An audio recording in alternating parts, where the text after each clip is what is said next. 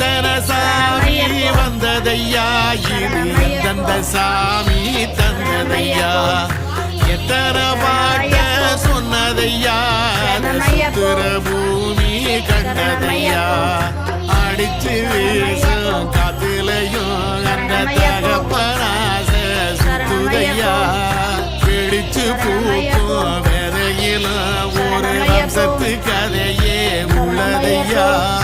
100 தலைமுறை சேர்ந்து சதுக்கு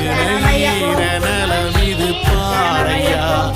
வாழும் வரையிலும் நீயும் விதைக்கிற கடமை இருக்கு கேளையா